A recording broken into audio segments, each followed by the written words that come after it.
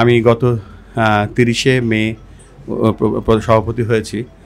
আমার কাছে যে সবথেকে বড় বদলেছে যেটা জিনিসটা, সেটা মনে হচ্ছে যে তোমার মতন একজন ক্ষুদে ক্রিকেটার ক্রিকেট খেলতে আগ্রহী হচ্ছ, ক্রিকেট খেলার জন্য রেডি হচ্ছ, এবং তুমি যে একটা স্বপ্ন দেখছো সেই স্বপ্নটা যাতে বাস্তবায়িত করতে পারি সেটাই আমি দেখতে যাচ্ছি। এটা ছোট ছোট চেঞ্জ আসছে।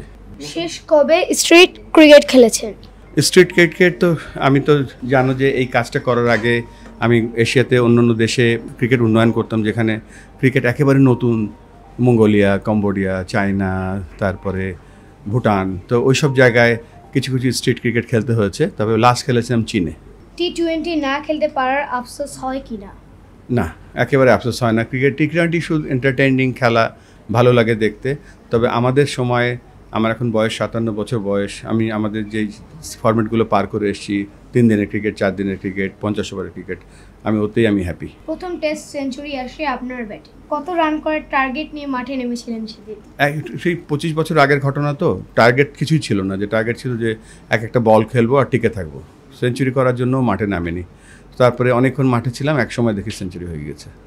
বাংলাদেশের প্রথম জাতীয় টেস্ট দল আর বর্তমানে জাতীয় দলের মধ্যে খেলা হলে কারা জিতবে? এই মুহূর্তে বাংলাদেশ জাতীয় দলে ওই সময় প্রথম টেস্টে যারা খেলেছিল তাদের অ্যাভারেজ বয়স হবে এখন 45 থেকে 50, আর এখন যারা জাতীয় দলে খেলছে তাদের অ্যাভারেজ বয়স হবে 20 থেকে 30। যেহেতু আমাদের বয়স অনেক বেশি, সেহেতু আমরা এই মুহূর্তে হেরে যাব, কিন্তু ক্রিকেট জিতে যাবে।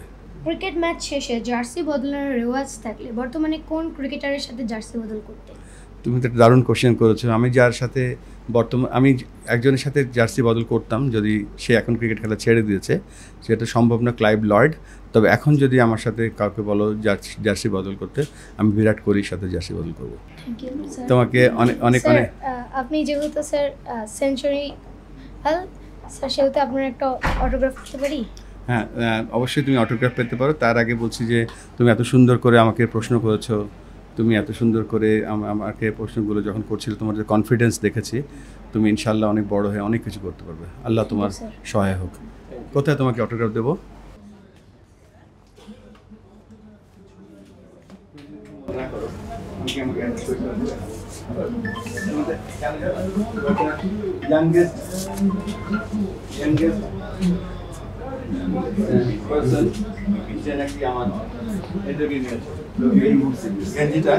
আমার জন্য স্মরণীয়।